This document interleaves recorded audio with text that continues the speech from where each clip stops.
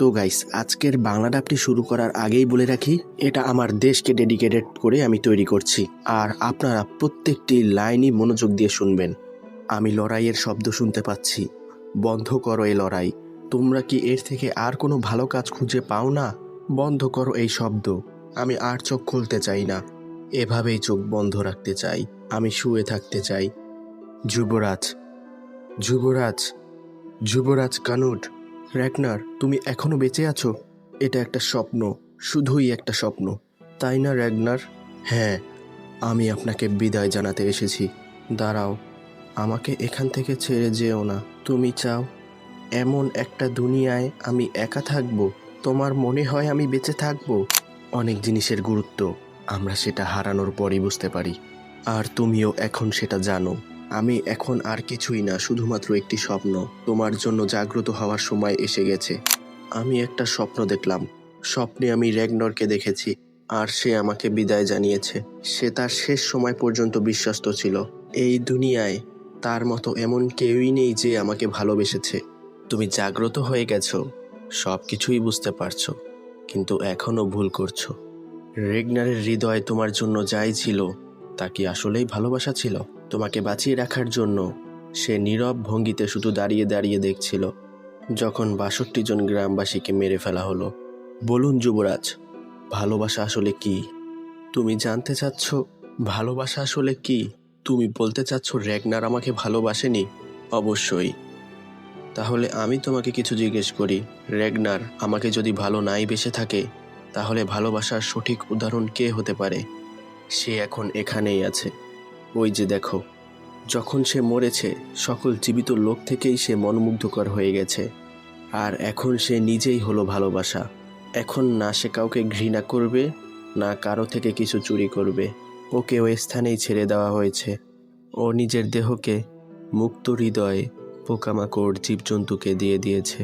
সে ওই বাতাসে বৃষ্টিতে এভাবেই পড়ে আছে, কিন্তু সে কাউকে অভিযোগের একটা শব্দ উচ্চারণ করে বলবে না। মৃত্যু মানুষকে তেমনই বানিয়ে দেয় যেমনটা তার হওয়া উচিত।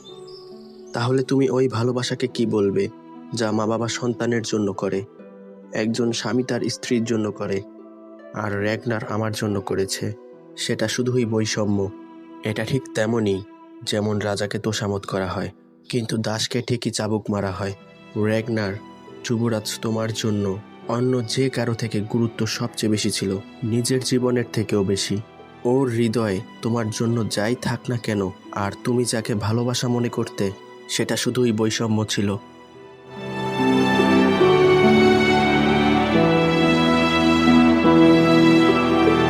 মনে হচ্ছে যেন সব পর্দা সরে গেছে। এখন বুঝতে পারছি, এই তুষার, এটাই ভালোবাসা। এমনই, তাই না? হ্যাঁ, তাই। এই আকাশ, এই সূর্য, এই বাতাস, এই সুর, বিশ্বাস হচ্ছে না।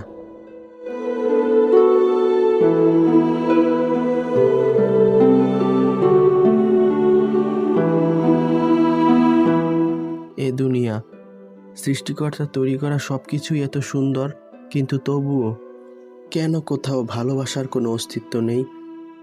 তো গাইস, এটা হলো ভিনল্যান্ড সাগার একটা বাংলা ডাব। যারা ভিনল্যান্ড সাগা অ্যানিমেটা দেখেছেন তারা বুঝতে পারবেন। তো আমি প্রথমেই বলেছি, এই বাংলা ডাবটা আমার দেশ বাংলাদেশকে ডেডিকেটেড করে তৈরি করা। এই কথাটা আমি কেন বলেছি? তো আমার বেশি জ্ঞান না থাকলেও এই ভিডিওতে আপনাদের কিছু জ্ঞান দেই। আমি প্রতিদিনই যখন রাস্তায় বের হই তখন ভাবি, আমাদের দেশের অবস্থা এরকম কেন? কেউ কাকে মূল্যায়ন করছে না, বৃদ্ধরা যুবককে মূল্যায়ন করছে না, যুবকরা বৃদ্ধকে মূল্যায়ন করছে না। রাস্তাঘাটে যে যেভাবে পারছে সে সেইভাবে তার নিজের মতো করে কাজ করছে। এই তো কিছুদিন আগের কথা, 2020 সালে বাংলাদেশের বনভূমি ছিল 17%, আর একটি দেশের প্রাকৃতিক নিরাপত্তার জন্য বনভূমি প্রয়োজন 25%। আর 2025-এর শেষে এসে আমাদের বনভূমি রয়েছে মাত্র 13%। যাই হোক, এটা আমাদের ভিডিওর মূল টপিক না। আমাদের দেশটা কতটা ভয়ানক অবস্থানে রয়েছে তার ছোট্ট একটা প্রমাণ। এখন আসি দেশের সামাজিক অবস্থানের ক্ষেত্রে। জুলাইয়ের পর থেকে আমাদের দেশের অবস্থা দেখে আমি মনে করতাম আমাদের দেশে কোনো রাজনৈতিক নেতা নয়, কোনো রাজনৈতিক দল নয়, প্রথমে একটি হিরো প্রয়োজন যে আমাদের সম্পূর্ণ দেশকে একত্র করবে। আর কাকতালীয়ভাবে আমরা সেটা পেয়েছি, আমরা একটা হিরো পেয়েছি। আমার আরেকটি কথা হলো, আমরা বেশিরভাগ মানুষই কখনোই জীবিত মানুষকে মূল্যায়ন করতে পারি না। এই ভিডিওতেও সেই বিষয়টা আমি বুঝিয়ে বলেছি। আপনারাই দেখুন, মৃত্যুর আগে যার পাশে কেউই ছিল না, কোনো সহযোগিতা ছিল না, কোনো প্রোটেকশন ছিল না, মৃত্যুর পরে তার চারপাশে লাখো কোটি মানুষ, তার চারপাশে সামরিক বেসামরিক বাহিনী, তার জন্য হাজারো আন্দোলন, তার জন্য এখন হোয়াইট হাউস থেকেও বক্তব্য আসে, তার জন্য এখন জাতিসংঘ দুঃখ প্রকাশ করে। কতটা অদ্ভুত এই দুনিয়া, তাই না? তো পরিশেষে একটা কথাই বলবো, আপনি কে, আমি কে? আমরাই হলাম বাংলাদেশ। আপনি বাংলাদেশ, আমি বাংলাদেশ। আপনার নিজেকে মনে করতে হবে আপনি একজন বাংলাদেশ। আগে নিজেকে ভালোবাসুন, নিজেকে জাগ্রত করুন, তখনই আপনি হয়ে উঠতে পারবেন,